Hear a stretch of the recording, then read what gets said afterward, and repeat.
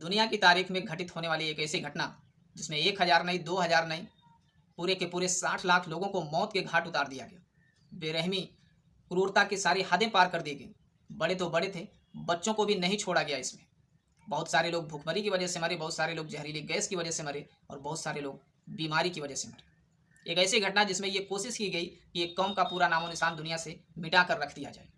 इस भयानक घटना को इतिहास में होलोकास्ट के नाम से जाना जाता है। और ये घटना जिस शख्स के इशारे पर हो रही थी, जो इसका जिम्मेदार था, वो कोई और नहीं, एक क्रूर तानाशाह था जिसे दुनिया एडोल्फ हिटलर के नाम से जानती है। हिटलर जो था वो ईसाई धर्म को मानने वाला था। ईसाई और यहूदी कौम के बीच अक्सर धार्मिक मतभेद को लेकर के झगड़े हुआ करते थे। ईसाई लोग जो थे वो ये मानते थे कि हज़रत ईसा अलैहिस्सलाम यानी दुनिया जिनको ईसा मसीह के नाम से भी जानती है, उनके मौत के जिम्मेदार ये यहूदी लोग हैं। हिटलर ये मानता था कि यहूदी जो हैं ये बड़े फसादी लोग हैं, ये इंसानी नस्ल के नहीं हैं और इन्हीं की वजह से देश में जितना भी झगड़ा फसाद सब कुछ उथल पुथल होता है उसके जिम्मेदार यही लोग हैं। ये हमेशा कुछ ना कुछ खुफिया तरीके से ये लोग लगाते फंसाते रहते हैं और इस वजह से देश में हमेशा झगड़ा फसाद होता रहता है। हिटलर के दिल में यहूदियों के लिए बहुत ज़्यादा नफरत भर गया था और इस चीज़ को वो जैसे ही सत्ता में आया, जैसे उसके साथ में शक्ति आई, पावर आया, उसने इस दुश्मनी का भरपूर बदला लिया और यहूदियों का नामो निशान इस दुनिया से मिटाने की कोशिश की। सन 1939 ईस्वी में जब द्वितीय विश्व युद्ध यानी WW2 शुरू हुआ तो उस समय हिटलर ने अपने सैनिकों को यह आदेश दिया कि दुनिया में जहाँ कहीं भी यहूदी मिले, जहाँ कहीं भी दिखाई दें, सबको पकड़ के लाओ। और उनके लिए एक शिविर बनाया गया। उस शिविर में ला करके यहूदियों को इकट्ठा करते थे और वहाँ रूम में लॉक करने के बाद, उनको बंद करने के बाद जहरीली गैस वहाँ पे छोड़ देते थे। बहुत सारे लोग यहूदी जो थे वो जहरीली गैस की वजह से मर गए, बहुत सारे लोग भुखमरी की वजह से मर गए और बड़े तो बड़े थे, जो बच्चे थे उनके साथ भी कुछ भी रहम नहीं दिखाया गया। हिटलर का ये पूरा प्लान था कि इस कौम को छोड़ना नहीं है, इस कौम का नामो निशान दुनिया से ही खत्म कर देना है। ये लोग इंसानी नस्ल के नहीं हैं, इन्हें जीने का हक नहीं है। हिटलर के दिल में, उसके मन में बहुत ज़्यादा ही नफरत भर गई थी यहूदियों से। 1939 से 1945 तक चलने वाली जंग, द्वितीय विश्व युद्ध, लगभग 6 साल के अंदर इन लोगों ने 60 लाख यहूदियों को मौत के घाट उतार दिया। 60 लाख मतलब बहुत सारी जनसंख्या होती है। आप अंदाज़ा लगा सकते हैं कि कितने सारे लोग थे जिनको 6 साल के अंदर मौत के घाट उतार दिया गया।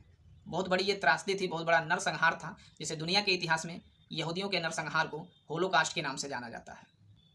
इससे पहले भी कई सारी घटनाएं हुई हैं दुनिया में, इस देश में, और इसके बाद भी हुई हैं, लेकिन ये जो घटना है होलोकास्ट की, इसका चर्चा सबसे ज़्यादा किया जाता है क्योंकि इस घटना में निर्ममता बहुत ज़्यादा दिखाई गई। जो क्रूरता दिखाई गई वो हद से आगे बढ़ के दिखाई गई कि इस तरह से दुनिया के कोने कोने से लोगों को लाके इकट्ठा किया जाए, उन्हें रूम में बंद किया जाए और फिर जहरीली गैस छोड़ा जाए। जो बच जाएं वो भुखमरी की वजह से मरें, कुछ बीमारी की वजह से मरें, और तो और जो छोटे बच्चे थे उनके साथ भी इतना बेरहमी के साथ पेश आया गया।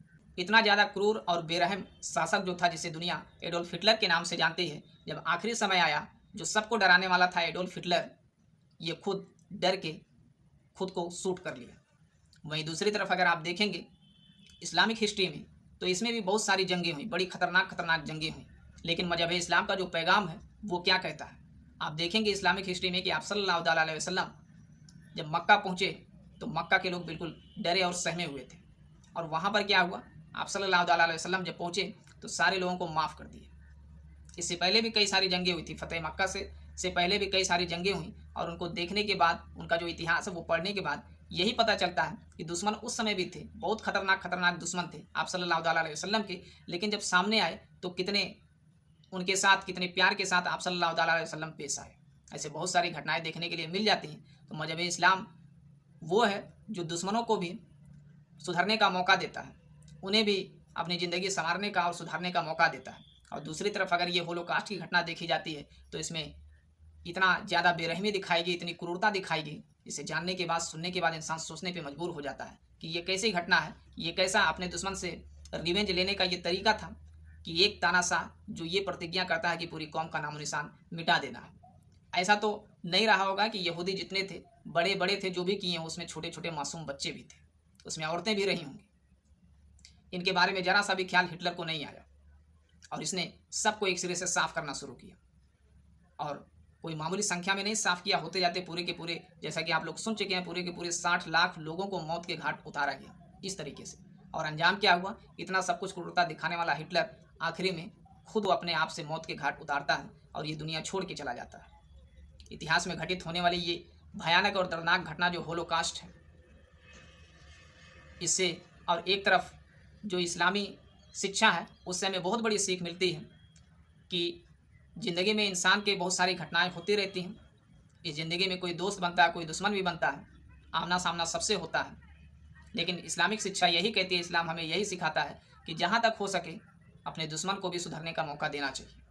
बात जब हद से आगे बढ़ जाए तो फिर उसका भी समाधान है।